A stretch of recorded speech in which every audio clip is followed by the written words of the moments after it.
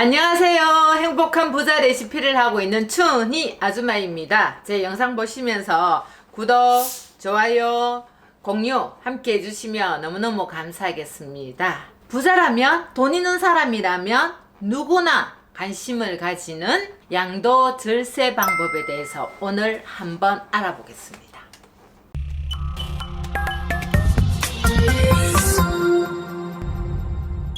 토지 매매 시 양도세 절세 꿀팁입니다. 이 절세 꿀팁에 대해서는 너무나 많은 사람들이 관심을 갖고 있죠. 재산이 좀 있다고 하시는 분들은 전부 부동산하고 연관이 되어 있기 때문에 양도 절세에 대해서는 많은 관심을 갖고 계실 겁니다, 아마. 그래서 양도세 내는 세액에 대해서는 수천 가지, 수만 가지의 사항들이 있기 때문에 다 얘기를 할 수는 없는 부분입니다. 그래서 오늘은 토지 중에서도 농지에 대해서 보편적인 얘기를 한두 가지를 예시 들어가지고 얘기를 해드리겠습니다. 첫 번째가 농사기간이 짧으면 대토농지를 취득하여 감면을 받을 수 있다. 내가 농사를 짓게 되면은 기간이 8년 돼야 작용을 해야만 감면을 받을 수 있는데 다시 대토농지를 사게 되면은 내가 감면을 받을 수 있다는 거예요.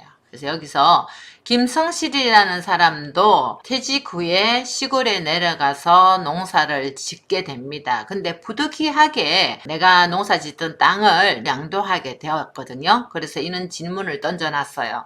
5년을 보유하여 8년 작용, 감면을 받을 수 없는데 어떻게 해야 할까요? 하고 질문을 던졌습니다.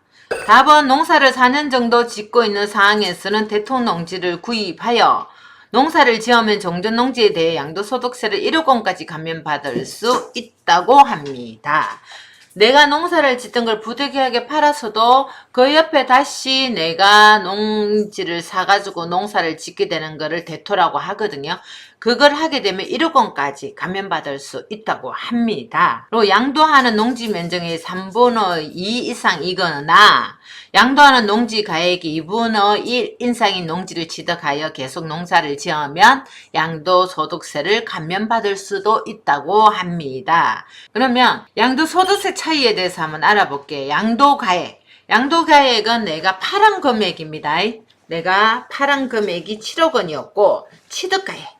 취득가액은 뭐냐면 내가 요 보유기간 5년 해놨죠. 5년 전에 내가 5억 원 주고 샀다는 거예요. 그래서 예상 세액이 얼마나 나오느냐, 대토를 하지 않았을 때는 4,400만 원이라는 세금을 내야 됩니다. 대신에 대토를 하게 되면 4,400만 원에 대한 돈을 안 내도 된다는 거예요. 여기에 관련 규정이 있거든요. 있는데 여기 한번 읽어봐 드릴게요. 4년 이상 정전의 농지 소재지에 거주하면서 경작한 자가 정전의 농지의 양도일로부터 1년 이내에, 갈로 아주 중요합니다. 공익성, 나라에서 뭔가 한다든지, 안 그러면 지자체에서 뭐 토지를 취득해야 된다는 거지, 안 그러면 내가 뭐 어떤 협의에 의해 가지고 땅을 내놔야 된다든지, 아니면 수용된다든지, 이런 경우에는 새로운 농지를 취득하여 그 취득한 날로 1년 이내에 새로운 농지 소재지 거주하면서 경작을 개시한 경우에도 이 두 가지 중에 한 가지만 해당되어도 양도소득세가 감면된다고 합니다. 새로 취득하는 농지의 면적이 양도하는 농지 면적의 3분의 2 이상일 것, 새로 취득하는 농지의 가액이 양도하는 농지 가액의 2분의 1 이상이었을 때 이 두 가지 중에 하나만 해당되어도 감면을 받을 수가 있다고 합니다. 두 번째는 비사업용 토지의 양도소득세를 절세하는 방법입니다. 비사업용 토지는 내 업종하고 관련 없는 거, 그러니까 내가 농사를 짓지는 않으면서 논을 샀다든지 전혀 무관한 거를 샀을 때는 비사업용 토지로 치거든요. 이런 거는 좀 대체적으로 투자로 보시면 됩니다. 여기도 예시를 들어놨는데, 서울에 있는 김성슬 씨는 지방의 부모로부터 상속받은 농지를 갖고 있는데 상속받은 지 5년이 지나서 비사업용 토지에 해당되어 양도세 부담이 걱정이다.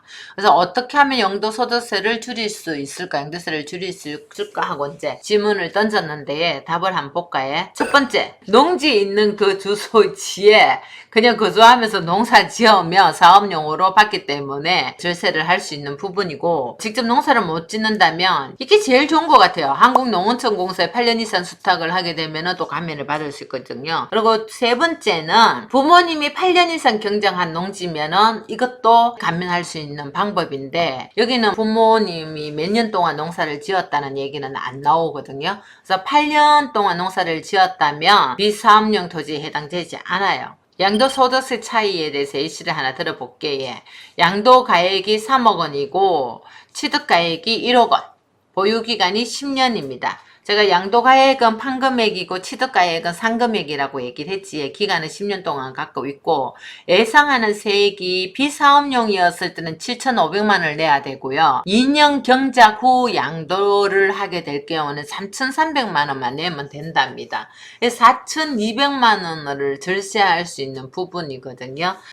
금액 아주 큽니다. 10년 만에 2억 원의 차익이 생겼는데 비사업용이 내가 7,500만 원 낸다고 하면 세금으로 다 낸다 해도 과언이 아닙니다. 보유기간이 10년이라는 세월을 갖고 있었기 때문에요. 참고하시고요. 관련 규정이 있는데 다음 기간 중 하나를 토지 본래 용도대로 사용하면 사업용 토지로도 봅니다. 양도일 직전 3년 중 2년 이상의 기간, 양도일 직전 5년 중 3년 이상의 기간, 보유기간 중 60% 이상의 기간, 요거 참고하셔야 됩니다. 두 번째는 사업용 토지로 보는 예시입니다. 농지는 특별시, 광역시, 군지역 제외고 시, 읍면 지역을 제외합니다. 시에 있는 농지 중 주거, 상업, 공업지역에 소재하지 않는 농지로서 소유자가 농지 소재지에 살면서 직접 경작을 하여야 합니다.